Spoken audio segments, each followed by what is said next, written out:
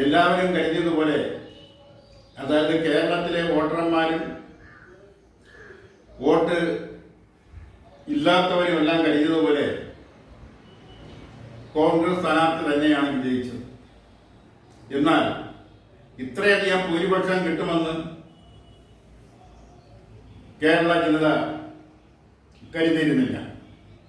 ഒരു 5000-6000 വോട്ടിനിടയ്ക്കുള്ള ഭൂരിപക്ഷമേ കേരള ജനത UDF സ്ഥാനാർത്ഥി ആര്യാടൻ ഷൗക്കത്തിന് കിട്ടുമെന്ന് പ്രതീക്ഷിച്ചുള്ളൂ.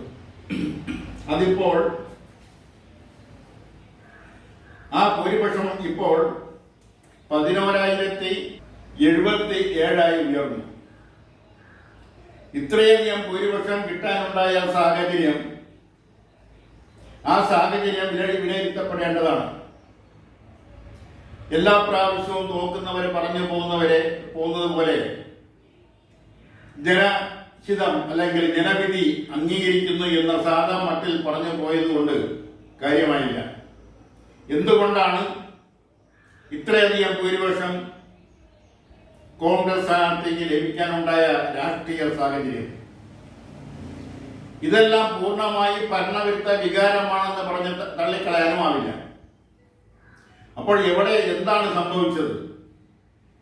അതിൽ പ്രധാനമായ ചില കാര്യങ്ങളെ എടുത്തു പറഞ്ഞാൽ, ഒന്ന്, ആശാവർക്കർമാരുടെ സമരത്തോടുള്ള സർക്കാരിന്റെ നയം, ആദ്യം മുതലേ എടുത്ത നയം. ആ സമരം 125 ദിവസത്തിലധികം പിന്നിട്ടിരിക്കുന്നു. അവർക്ക് ഒരു 100 രൂപ വീതം വർദ്ധിപ്പിച്ചിട്ട് ബാക്കി കേരളത്തിന്റെ സാമ്പത്തിക പ്രതിസന്ധി പരിഹരിക്കുന്നതോടൊപ്പം തന്നെ വർദ്ധിപ്പിച്ചു തരാം എന്ന് അവർക്കൊരു വാക്കാൽ ഉറപ്പ് കൊടുത്തിരുന്നുവെങ്കിൽ എത്രയോ നാളുകൾക്ക് മുമ്പ് ആശാവർക്കർമാരുടെ സമരം തീർക്കാമായിരുന്നു. ആശാവർക്കർമാരെന്ന് പറയുന്ന ഇടത്തരക്കാരോ സമ്പന്ന തൊഴിലാളികളോ അല്ല. അവരെ ദരിദ്ര തൊഴിലാളികളാണ്, ദരിദ്ര കുടുംബങ്ങളിൽ നിന്ന് വരുന്നവരാണ്. കുടുംബങ്ങളിലെ അവരുടെ പ്രായമായ അമ്മയെയും അച്ഛനെയും അതുപോലെ തന്നെ മക്കളെയും ചിലപ്പോൾ അസുഖബാധിതനായ ഭർത്താവിനെയും ഒക്കെ പോറ്റുന്നതിന് വേണ്ടി ആണ് അവർ ഈ വേഷമിടുന്നത്, ആശാവർക്കർമാരുടെ വേഷമിടുന്നത്. അത് കോളർ, വൈറ്റ് കളർ ഷർട്ടല്ല അവർ ഉപയോഗിക്കുന്നത്. അതുകൊണ്ട് ഒരു അടിസ്ഥാന വർഗത്തിന്റെ ഭാഗമെന്ന നിലയിൽ, ഒരു അടിസ്ഥാന വർഗത്തിന്റെ സർക്കാരെന്ന് വിശ്വസിക്കപ്പെടുന്ന അല്ലെങ്കിൽ പറയപ്പെടുന്ന ഈ സർക്കാരിന് ആശാവർക്കരോട് അല്പം അനുകമ്പ അല്ലെങ്കിൽ അനുഭാവപൂർവമായ ഒരു സമീപനം സ്വീകരിക്കാമായിരുന്നു. ഇത്രയധികം ഉപതെരഞ്ഞെടുപ്പിൽ പിന്നോട്ടടിക്കുന്നതിനുണ്ടായ പ്രധാനപ്പെട്ട കാരണം ആശാവർക്കർമാരോടുള്ള സർക്കാരിന്റെ സമീപനം തന്നെയാണ്. അത് ഏത് നിലയിലാണ് സർക്കാർ ഈ സമീപനം കൈക്കൊണ്ടതെന്നതിനെ കുറിച്ച് ഇന്ന് ആ സർക്കാരിനെ നിയന്ത്രിക്കുന്ന പാർട്ടിക്ക് പോലും പൂർണ്ണമായ നിശ്ചയമില്ല, അതിന്റെ ഘടകകക്ഷികൾക്ക് നിശ്ചയമില്ല. അതിന്റെ പ്രധാനപ്പെട്ട ഘടകകക്ഷിയായ CPI ആശാവർക്കർമാരുടെ ന്യായമായ സമരം ഒത്തുതീർപ്പാക്കണമെന്ന് പരാവർത്തി ആവശ്യപ്പെട്ടതാണ്. അപ്പോൾ അതിൽ എന്തോ എവിടെയോ അത് ഈവൻ മാനേജ്മെന്റിന്റെ സ്വാധീനമാണോ എന്നതിനെ കുറിച്ചും പഠിക്കേണ്ടിയിരിക്കുന്നു. മറ്റൊന്ന്, ജീവിതത്തിന്റെ സായാഹ്നത്തിൽ അത്യാവശ്യം മരുന്ന് വാങ്ങുന്നതിനുള്ള അല്ലെങ്കിൽ മരുന്ന് വാങ്ങുന്നതിന് കിട്ടുന്ന പെൻഷൻ അത് സമയാസമയങ്ങളിൽ കൊടുക്കാൻ കഴിയുന്നില്ല.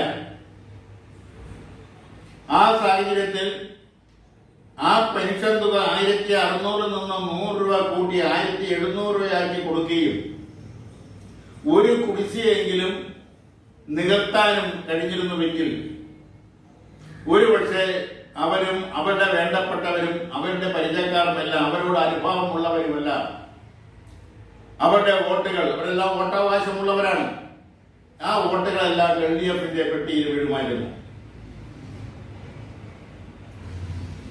അതൊരു പോരായ്മ തന്നെയാണ്. അതോടൊപ്പം തന്നെ മറ്റു പല കാര്യങ്ങളിലും ഉത്തരവാദിത്തപ്പെട്ട പാർട്ടി പ്രവർത്തകരുടെ അഹങ്കാരം, അവരുടെ ചെറുതും വലുതുമായ അഴിമതി എന്ന് ജനം വിശ്വസിക്കുന്ന കാര്യങ്ങൾ, അവർ വിയർപ്പ് പൊടിയാതെ പൊതുപ്രവർത്തനം നടത്തുന്ന രീതി, ആഡംബര കാറുകളിൽ സഞ്ചരിച്ച് പൊതുപ്രവർത്തനം നടത്തുന്ന ഒരു രീതി, അത് ഈ കഴിഞ്ഞ ഒരു 20 വർഷത്തിനകത്ത് വെച്ച് വന്ന മാറ്റമാണ്. അതുപോലെ തന്നെ അവരുടെ ജീവിത രീതികൾ, അവരുടെ കുടുംബാംഗങ്ങളുടെ ജീവിത രീതികൾ, മുഖ്യമന്ത്രിയുടെ മകളുടെ പേരിൽ വന്ന ആരോപണങ്ങൾ, ആ ആരോപണങ്ങൾ എത്രത്തോളം ശരിയാണ് എത്രത്തോളം തെറ്റാണോ എന്നതല്ല ഇവിടെ പ്രധാനപ്പെട്ട വിഷയം. ഒരു ഇടതുപക്ഷ സർക്കാരിനെ നേതൃത്വം കൊടുക്കുന്ന നയിക്കുന്ന മുഖ്യമന്ത്രിയുടെ കുടുംബം, ആ കുടുംബം ഒരിക്കൽ പോലും ഒരു ആരോപണത്തിന് വിധേയരാവാൻ പാടില്ല.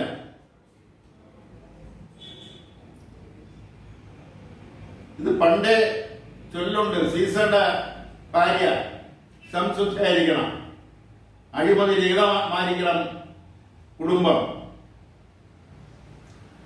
അത് പൊതുപ്രവർത്തകരെ സംബന്ധിച്ചിടത്തോളം, പൊതുപ്രവർത്തനത്തിന്റെ അവരുടെ നേതാക്കളെ സംബന്ധിച്ചിടത്തോളം അവരുടെ ജീവിതം എപ്പോഴും ട്രാൻസ്പെറന്റ് ആയിരിക്കണം, ഒന്നും ഒളിച്ചു വയ്ക്കാനില്ലാത്ത ഒരു ജീവിതം.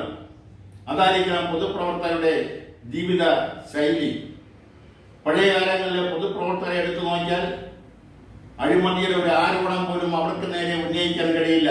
കമ്മ്യൂണിസ്റ്റ് പാർട്ടി ആയാലും കോൺഗ്രസ് പാർട്ടി ആയാലും Shri A.K. Gopalan, EMS Namboodiripad, Shri C. Achutha Menon, TV Thomas, TK Divakaran, C. Kesavan തുടങ്ങിയവരുടെ ജീവിത ശൈലി, അവര് പൊതുജനങ്ങളുമായിട്ടുള്ള അവരുടെ ബന്ധം, അവരുടെ ജീവിതം, അവർക്ക് എതിരെ നാളിതുവരെ ആർക്കും ഒരു ആരോപണം ഉന്നയിക്കാൻ കഴിഞ്ഞിട്ടില്ല. കാരണം അവരുടെ പൊതുപ്രവർത്തന രീതിയും അതിനോടുള്ള ആത്മാർത്ഥതയും അർപ്പണ സ്വഭാവവും സത്യസന്ധതയും ഒക്കെയാണ് അവരെ ജനങ്ങളുടെ മനസ്സിൽ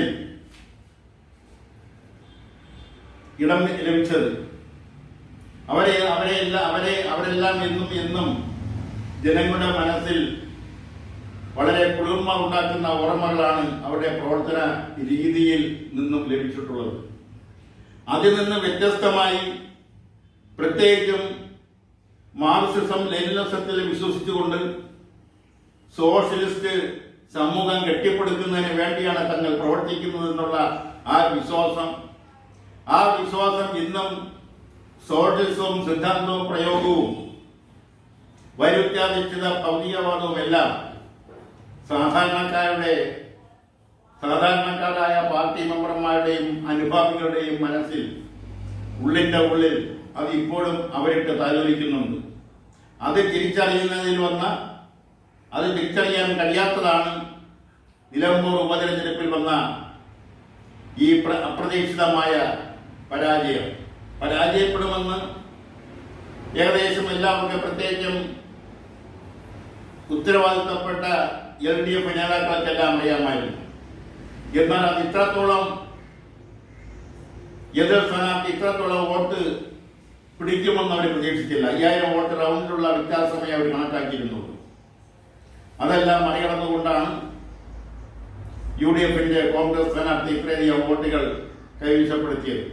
മാത്രവുമല്ല, അവിടെ കഴിഞ്ഞകാല MLA ആയിരുന്ന ശ്രീ PV അൻവർ, അദ്ദേഹം 19,760 വോട്ടുകൾ പിടിച്ചിരിക്കുന്ന ഒരു സ്വതന്ത്രനായി നിന്ന് മത്സരിച്ചാണ്. തൃണമൂൽ കോൺഗ്രസിന്റെ ലേബലൊക്കെ അദ്ദേഹത്തിന് ഉണ്ടായിരുന്നുവെങ്കിൽ തന്നെയും ഇതെല്ലാം അദ്ദേഹത്തിന്റെ വ്യക്തിപ്രഭാവം കൊണ്ട്, വ്യക്തിപരമായ സ്വാധീനം കൊണ്ട് ലഭിച്ച വോട്ടുകളാണ്.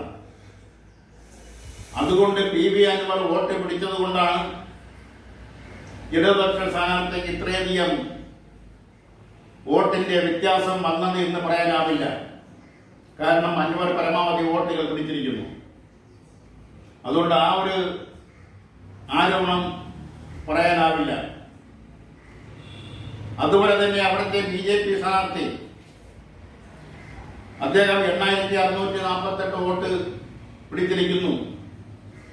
പ്രത്യേകിച്ച് നിലമ്പൂർ പോലുള്ള ഒരു മണ്ഡലത്തിൽ 8648 വോട്ട് BJP പിടിച്ചു എന്ന് പറയുമ്പോൾ അതൊരു മോശപ്പെട്ട കാര്യമല്ല. എന്തായാലും LDF ആവട്ടെ, LDFന്റെ അല്ലെങ്കിൽ CPIMന്റെ കേന്ദ്ര കമ്മിറ്റി അംഗം, സംസ്ഥാന സെക്രട്ടേറിയറ്റ് അംഗത്തിന് ആകെ കിട്ടിയ വോട്ട് 66,660 ഇത്രയധികം ഒരു ഉയർന്ന നിലയിൽ ഉയർന്ന കമ്മിറ്റിയിൽ പ്രവർത്തിക്കുന്ന ഒരാളിനെ ജയിക്കുമെന്നുള്ള ഉറപ്പുള്ള സീറ്റുകൾ മാത്രമേ ഇതിനു മുമ്പ് മത്സരിപ്പിച്ചിട്ടുള്ളൂ. പ്രധാനപ്പെട്ട നേതാക്കളെല്ലാം ഏതെങ്കിലും സീറ്റിൽ നിന്ന് പരാജയപ്പെടുമെന്നുള്ള ഒരു ചെറിയ നേരിയ തോന്നലെങ്കിലും ഉണ്ടെങ്കിൽ അവിടെ നിന്നും മാറ്റി ഷുവർ സീറ്റുകളിലേക്ക് കൊണ്ടുപോയി മത്സരിപ്പിച്ച് വിജയിപ്പിച്ച ചരിത്രമാണ് ഇടതുപക്ഷങ്ങൾക്കുള്ളത്.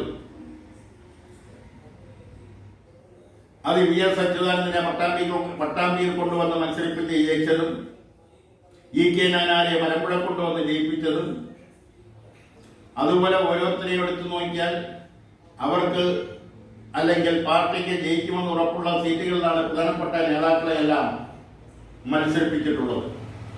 അക്കാര്യത്തിൽ ഇവിടെയും പാളിച്ച പറ്റിയോ എന്ന കാര്യം പരിശോധിക്കണം എന്നാണ് ആ കാര്യത്തെക്കുറിച്ച് പറയാനുള്ളത്. അതുപോലെ തന്നെ ഇപ്പോൾ നടന്നു വരുന്ന വിദ്യാർത്ഥി സമരം, അത് ഏത് രാഷ്ട്രീയ പാർട്ടിയുടെ വിദ്യാർത്ഥി പ്രസ്ഥാനമായിക്കൊള്ളട്ടെ, അത് കോൺഗ്രസിന്റെ ആയാലും CPMന്റെ ആയാലും CPIയുടെ ആയാലും BJPയുടെ ആയാലും ഏത് രാഷ്ട്രീയ പ്രസ്ഥാനത്തിന്റെ വിദ്യാർത്ഥി പ്രസ്ഥാനമാണ് അല്ലെ വിദ്യാർത്ഥി യുവജന പ്രസ്ഥാനമാണ് സമരരംഗത്തുള്ളത് എന്നതിനെ കുറിച്ചല്ല പറയേണ്ടത്.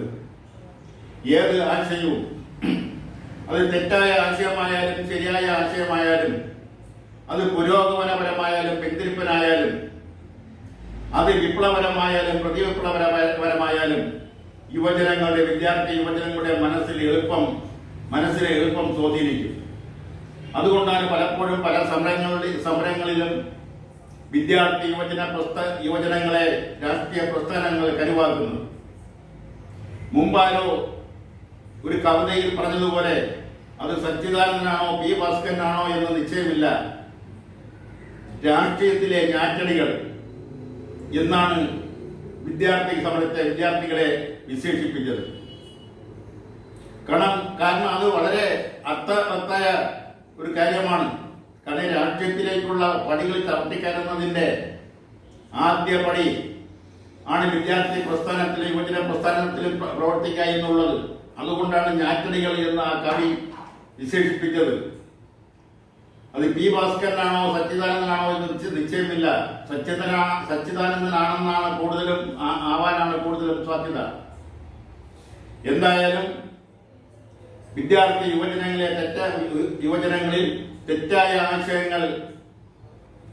ആശയങ്ങൾ പറഞ്ഞ് ഫലിപ്പിച്ച് സ്വാധീനിപ്പിക്കാതെ അവരെ ശരിയായ ദിശയിലേക്ക്, അവരുടെ ബുദ്ധിശക്തി, അവരുടെ സത്യസന്ധത, അവരുടെ ആത്മാർത്ഥത, വിട്ടുവീഴ്ചയില്ലാത്ത മനോഭാവം, ചെയ്യുന്ന പ്രവൃത്തിയോടുള്ള കൂറ്, ഇതെല്ലാം നല്ല കാര്യങ്ങൾക്ക് അല്ലെങ്കിൽ രാജ്യത്തിന്റെ പുരോഗമനപരമായ കാര്യങ്ങൾക്ക് വേണ്ടി വിനിയോഗിക്കണമെന്നാണ് ഈ അവസരത്തിൽ എടുത്തു പറയാനുള്ളത്. അവരെ ഒരിക്കലും തെറ്റായ വഴിയിലേക്ക് നയിക്കരുത്.